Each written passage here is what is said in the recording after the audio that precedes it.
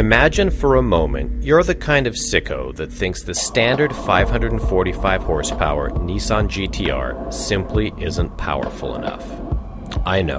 Who says that, right?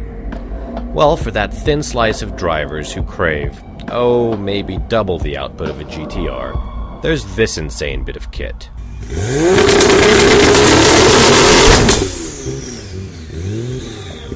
Built by a Chicago-based firm called AMS, the Alpha 12 GTR produces a stunning 1,100 horsepower on pump gas, and even more on racing fuel.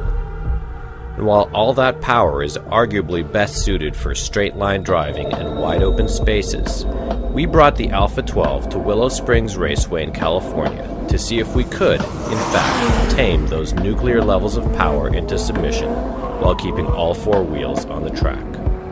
Welcome to the twisted world of AMS performance.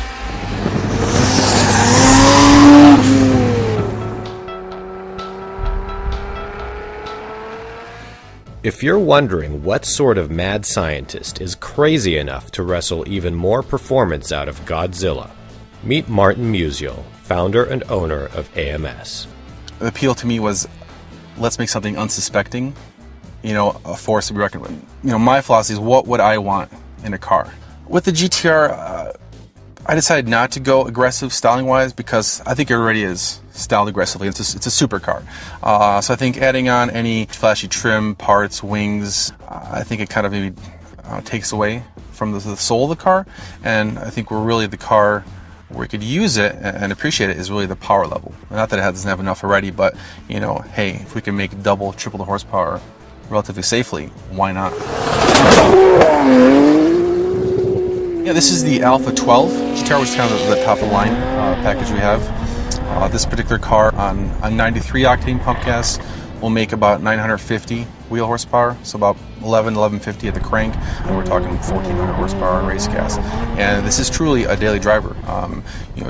You'd never know it. If you leave an automatic mode, just driving around normally, it's obviously a little louder in stock, but other than that, it wouldn't really jump out and say, hey, I got 1200 horsepower, It's really until you start using it, putting your foot to the floor, is when it comes out in play. The car weighs about close to stock. We maybe lose about 75 pounds in the carbon fiber parts, but we retain everything factory, just like a stock car, air conditioning, seats. And we definitely have customers who drive it every day. I've got a customer in Florida who just, beats the living hell out of the car. And that's what we built it for, is have fun with it, Don't park in a garage, just show your friend that you go drive it, use it every day.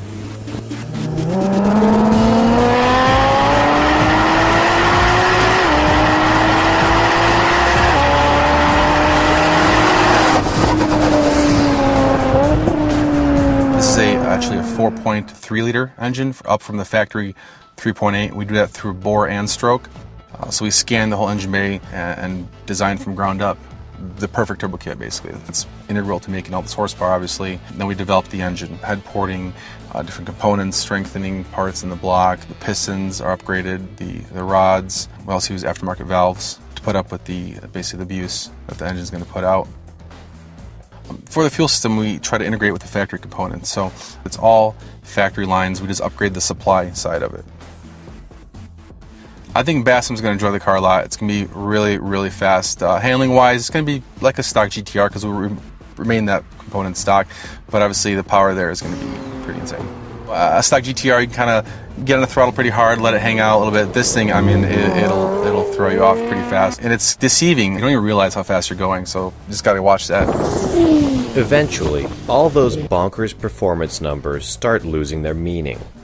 After all, talking shop simply can't prepare you for the first-hand experience of piloting this souped-up supercar on the track. Sometimes you've just got to strap yourself in, fire up the engine, and do everything within your power to stay out of the weeds. Driving this 1100 horsepower GTR on the track is kind of like bringing a missile to a knife fight. This is really more of a drag strip, Texas mile kind of car, not a technical road course vehicle. We definitely make up lost time in the straights, but in the corners, once you power on, it just changes the game and you really have to be easy on the throttle. This car has a beautiful cacophony of mechanical sounds.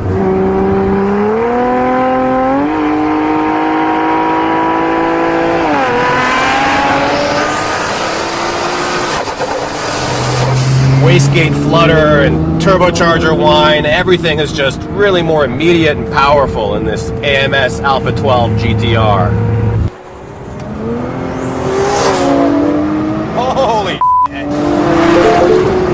I've driven 730 horsepower Ferraris, I've driven 1,000 horsepower Bugatti Veyrons, but nothing compares to the raw rush of power you get from this ridiculous 1,200 horsepower GTR. Never driven anything like this. On a spider graph of performance, straight line is clearly the priority here. The stock GTR is really surprisingly capable in terms of handling. It's not like you're driving a car that's not capable in corners. However, when the engine kicks in, you really see how much more motor you have than tire. You're not going to be setting course records here at Willow Springs. You can do extremely well in the straights, but you're going to have to slow down for the corners, and until we get carbon ceramic brakes on this puppy, you don't want to rely too much on these stock rotors.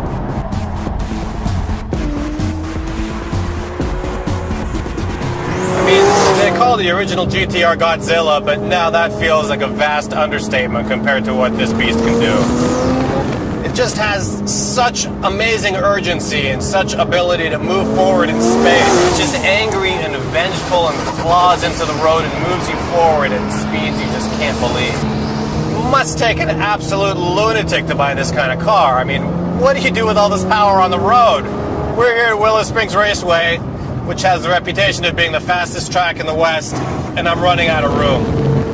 Telemetry later revealed that we hit 162 miles per hour on the straight while barely even trying. And at those speeds, the rear wheels were actually spinning 2% faster than the fronts, which is hairy, especially since this GTR's stock brakes aren't matched up to this colossal motor. But just when we were getting the hang of dancing with this devil, something went south. That was interesting. Ooh, that doesn't sound good. And the engine's dead. So, just heard a nasty sound, and I'm guessing it's the rear diff. Oh, ugly. So, we're backing this car back into the pits now. This is what can happen when you tinker with a car that already puts out 545 horsepower, and you squeeze a total of 1,100 horsepower out of it. Turns out our test car, which had 17,000 miles on the clock, snapped its transmission shift fork. Since the big track at Willow Springs wasn't available once the GTR was repaired, we had to reschedule for the tighter and more technical Horse Thief Mile, which made things, well, significantly more challenging, especially given this GTR's initial propensity for understeer, which is followed by an abrupt onslaught of turbo boost. So while the stock GTR is definitely amazing in a straight line, it also has pretty impressive cornering capabilities. But when you give it 1,100 horsepower, that really tips the scales in a certain direction. You get on the track and you really have to change the way you plan your apexes, the way you corner. And it's pretty binary. When you're not in that turbo boost, you're just kind of waiting for it to kick in, and when it does, it just kicks you in the ass. I don't think I've ever been so grateful for traction control on a car, because this is a lot of horsepower to wrangle.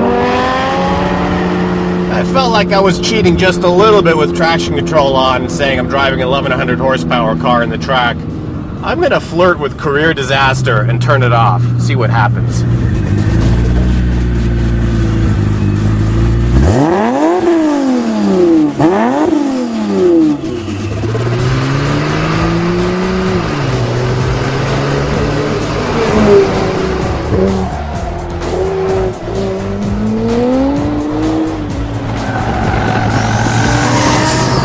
I'm barely tapping into the throttle, getting drifts.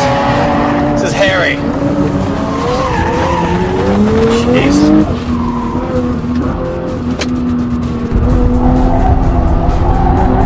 I feel like I'm wrestling a Brahma bull.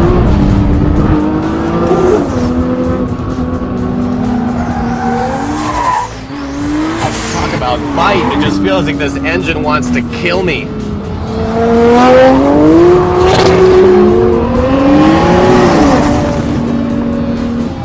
Every time I power out of a corner, it feels like I'm being launched from an aircraft carrier. And I may not be going straight. The people that complain that the GTR is too clinical or too capable probably haven't driven it close to its limit, because once you get up there and once you kind of reach that upper level of its capabilities, it just goes all the way back to your gut. You know, you feel it there, and that's, I think, the beautiful thing about a car like this is when you do crazy things like squeeze all this torque and horsepower out of a motor, it just gives it so much more soul. I mean, you don't even quite have to drive it anywhere near its limits to feel that this beast is lurking beneath the hood, and that is a beautiful thing. Car and driver, I'm Bassem Wassim.